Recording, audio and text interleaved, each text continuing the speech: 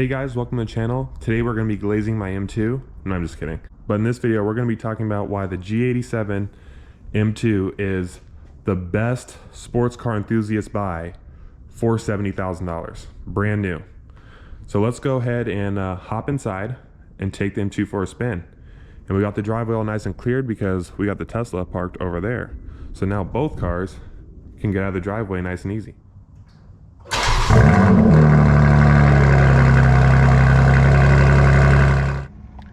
Alright guys, so reason number one, and this one might be a little controversial, but it's the styling. I think this is a very unique, cool looking sports car. So in the front you can see we have the nice open grills to get tons of air in there. You can see the car is very wide. I love the wide body that you get on the M2. That helps differentiate it from like an M240 or a 230i. You don't get the wide body on those. You can really see it there. I love this color. It's called Toronto Red Metallic. No, it's not orange.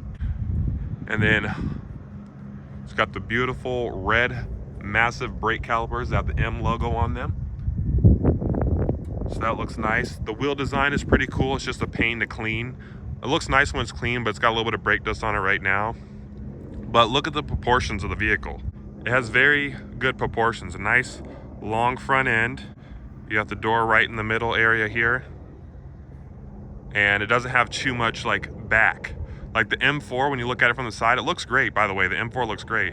But it has like a lot of like trunk area. It's like really long in the back. I feel like the M2 has like perfect proportions. Then another controversial part of the styling is like this bumper being all like boxy and bulky like that.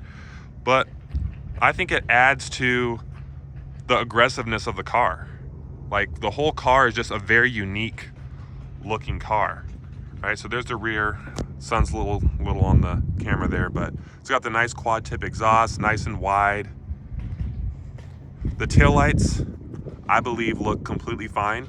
I think it would look better if like the LED was like across the bottom instead of going across the top like that, but nonetheless still looks really nice. The carbon roof looks amazing. Obviously I got the window tint, so it looks nice there too.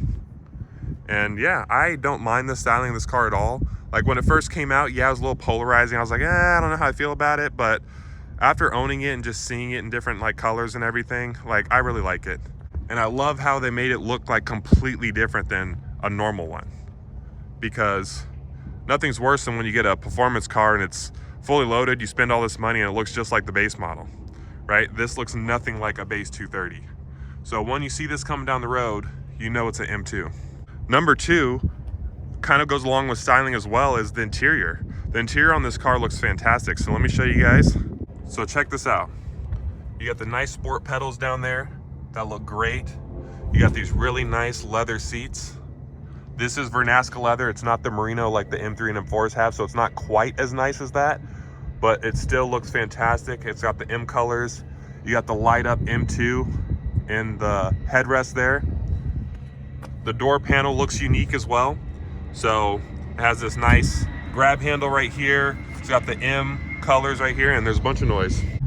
All right guys, now we are inside the car. You can see it has this very beautiful steering wheel. It's got the carbon fiber bits on it, heated steering wheel, leather wrapped, horn button, the M1, M2 buttons, the upgraded paddle shifters. This is all carbon fiber in the middle here.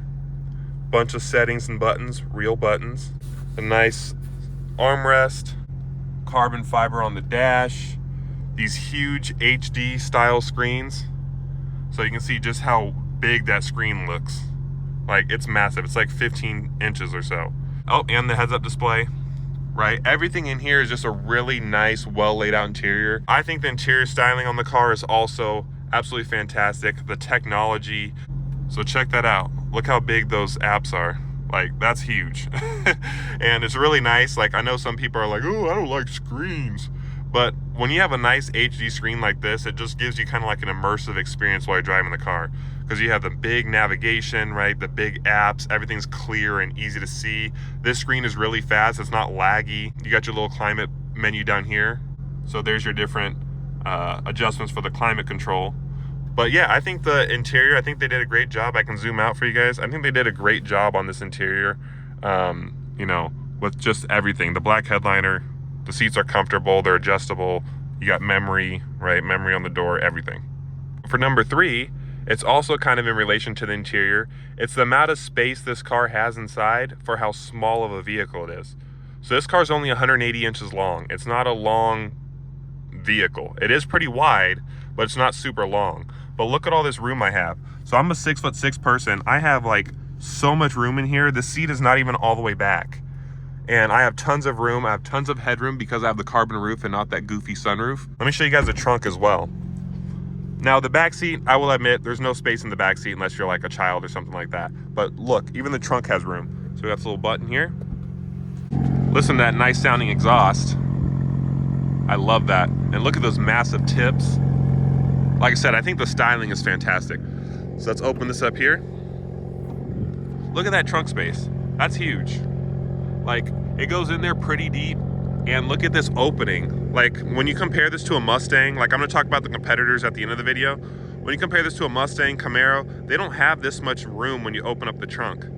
Like, the opening is huge, it's very wide. You can put a lot of stuff in here. You can fold down those seats if you wanna have more room. Look how good this red looks in the sun. It would look nice if it had a little bit of a bigger spoiler. That's something I can do aftermarket, but I kinda just wanna leave it alone. I don't wanna screw it up, because I don't wanna have it like be peeling and water be getting in under the spoiler and everything. So I just kinda wanna leave it alone. But look at this beautiful color. Look how clean it looks. Like, I think it's a good looking car.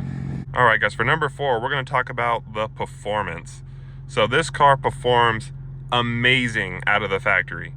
So BMW says it makes 453 horsepower, but in reality, they put down anywhere between 470, or I should say, well, I guess the dyno depends on what dyno you use, anywhere between like 460 to 500 wheel horsepower stock. And BMW says 453 crank. So the performance is outstanding stock. And then for $200-300, you can do the M2 CS DME flash, which brings it to 523 horsepower. That's what I did. And then that puts down like 530 to 550 wheel horsepower on 91 octane and with a stock flash. It's not sending your ECU out. No, it's literally stock BMW M2 CS coating. And simple as that, now you have a 530 to 550 wheel horsepower car, just like that. So, which is like close to 600 crank, or might be around 600 crank. So to think that you can get this car and do a simple flash like that to have that much power is incredible. So let's go ahead and look under the hood and see where that power is coming from. All right, guys, so I haven't cleaned it in a while, so excuse the dust. But under the hood, we have a 3-liter twin turbo inline 6. This is called the S58. So you may have heard online about the B58, this and that. This is the M version of that engine, which has twin turbos, and obviously it's different and everything. But this is the performer right here. This car makes so much power out of the factory, and it has the potential to make so much more power on just stock turbos without having to upgrade a bunch of stuff. So this car on a proper like 91 or 93 tune will make upper 500s to 600 wheel on pump gas. And then if you go to an E50 blend, you're around 700 wheel. I'm talking about wheel horsepower. So this engine is a masterpiece. It doesn't sound fantastic. It sounds okay, but in terms of the way it performs like none other. All right, guys, I got you set up on the POV hat. Hopefully you guys had a good view of everything. And we're gonna talk about the next parts. So for number 5, I wanna talk about the brand recognition and it being a full M car, right? So that's a benefit in and of its own. Like, this is an actual real M car. It's not like an M240. It's not like a 340 with M Sport and all that. This is a real BMW M car. You get all those benefits just in a smaller package. They have the same screens that I do. They have the same interior trim that I do. And I'm referring mainly to like the M4. Same steering wheel, right? The 2025 and newer M2 gets the updated steering wheel. And then also the 2025 and newer M3s and M4s, they get the updated steering wheel. but we all have the same steering wheel. So you're not really like losing much by going with the M2. Yeah, you get the option to have leather on the dashboard with M3 and M4. And you have slightly higher quality leather on the seats. But other than that, we have literally the same interior. But yet the M2 is $20,000 or so, maybe even more, less than an M3 or M4. So that's what makes this car literally a bargain. They still give you all the M goodies like the M1 and M2 mode, the big brakes and everything with the slotted rotors, the fast shifting, high torque rated ZF8 HP76 automatic. I know that's a lot of information overload there, but you literally get all of that and you pay the least amount of money for it. And with it being the smallest M car, it's the lightest M car. So yes, the M2 is not a lightweight. Don't think this car weighs 3,000 pounds. It doesn't. No, it weighs 3,800, right? And if you do some weight reduction, maybe you can get around 3,700 or aftermarket exhaust, whatever, maybe 3,750. But no, this car's not a super lightweight, but it performs as if it's lightweight and it drives as if it's lightweight. And honestly, 3,800 pounds in this day and age is not that heavy. I mean, you look at the new M5, it's 5,300 pounds. You look at like the RS6 and RS7s, and all, those are all like 5,000 pounds. Those are all like big, heavy vehicles. This being at 3,800 is actually pretty lightweight. And the only Audi RS product that's lighter weight than this is the RS3, and that's lighter weight by like 200 pounds. So, you know, yes, it's all-wheel drive. We'll talk about competitors in the future. But the fact that you can get this, it's the lightest M car. It's arguably probably the most fun to drive M car. And it's all at the lowest price as well. So it's literally like a win-win-win-win-win for everything. Let's get onto the freeway here.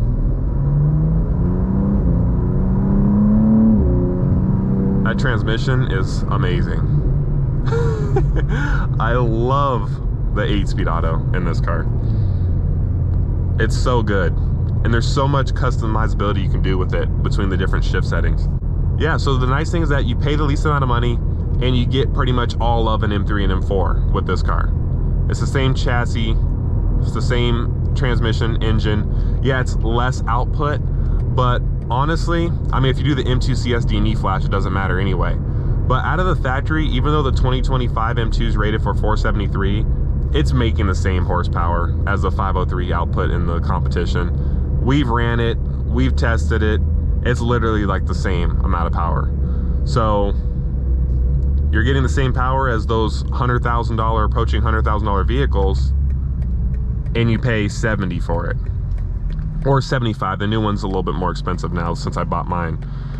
But the value is just literally unmatched. Now, last but not least, let's talk about the competition, and that's what also makes the M2 really stand out. What other cars can you get for $70,000 that are brand new? We're not talking about a used this and that, a used 2014 911 Turbo. No, we're not talking about that. What new car can you get for this price range? Well, let's talk about it. Not really much else that's this good.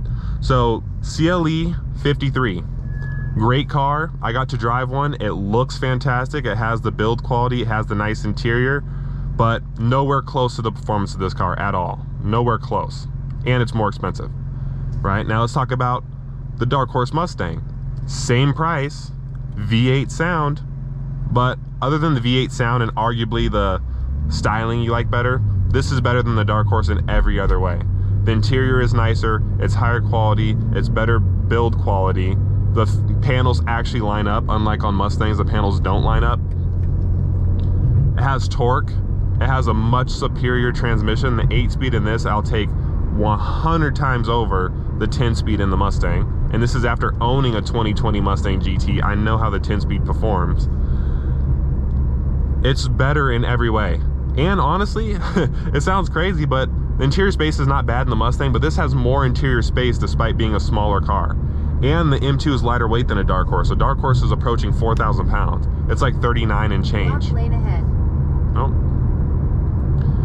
So, way better than the Dark Horse. Easy mod potential with the M2. Stock turbos, you don't have to do a supercharger, do any of that stuff that you would in the Mustang to get that power. Easy. Downpipe and tune, right? Very simple on this car. to get a lot of power out of it, whereas the Mustang you can't. If you do intake, headers, E85, all that stuff, you might be able to beat a stock M2, maybe, right? But you're doing all that modification, you're not using 91 anymore just to try to beat a stock M2. Mind you, the Dark Horse and the M2, they cost the same, so you can't complain and say, oh, well, the Mustang's a better value. No, they cost the same. And this car is better in every single way, other than the engine sound, and arguably you can say that the Mustang looks better if you prefer that look, but I mean, the car is just better. Another car, RS3. I'm not gonna go on a rant talking about how much I didn't like mine, whatever. It's still a good car, but you get so much more performance in this car, so much more easy mod potential, right? I'm not talking about putting in an aftermarket turbo on the RS3 and sending it to IROs and spending tens of thousands of dollars to make it 1,000 horsepower. I'm not talking about that. I'm talking about easy mod potential. This car is a way better performer than an RS3, way better. The handling on both cars is fantastic, so I'm not gonna say that this handles better than an RS3. They both handle great, right? But this is a true rear-wheel drive sports car. The RS3 is based off of an A3 chassis, which is a front-wheel drive based, like, economy car type platform. I'm not saying the MQB platform isn't great. It's fantastic. I had my Golfs and everything, like, they're great. But this car, again, is just a better value. The transmission is way smoother. The 7-speed in the RS3 is plenty fast. It shifts quick, but this one has way better gear ratios. They're closer together, and it's way smoother, and it shifts pretty much just as fast. So, you know, it's just a better car in my personal opinion. Now the RS3, you get all-wheel drive, which is really nice, and that could be a deal breaker for some people if they, you know, live in an area that gets snow and stuff. And you have the 4 doors, but the RS3 is so small that the 4 doors is kind of unusable anyway.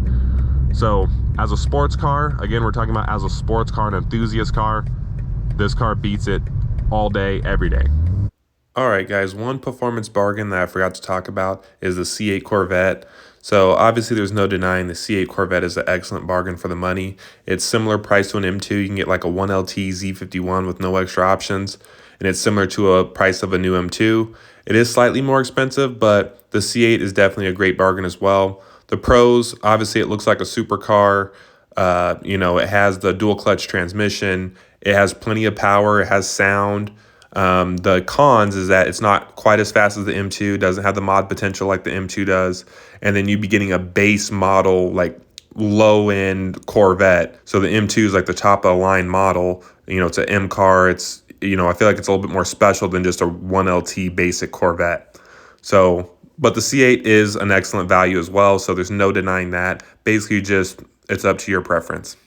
So those are my reasons. I hope you guys enjoyed this video. Actually, we'll do a little acceleration. I didn't get to do an acceleration in this video.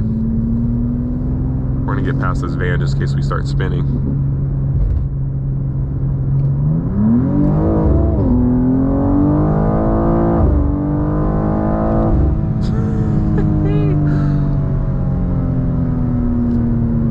Traction control was cutting it. I could feel it a little bit. I might have to move the traction down from 5, maybe move it back to 3 like I had it before. But this car is just insane in terms of the performance you get. And this is a stock M2 CS DME flash.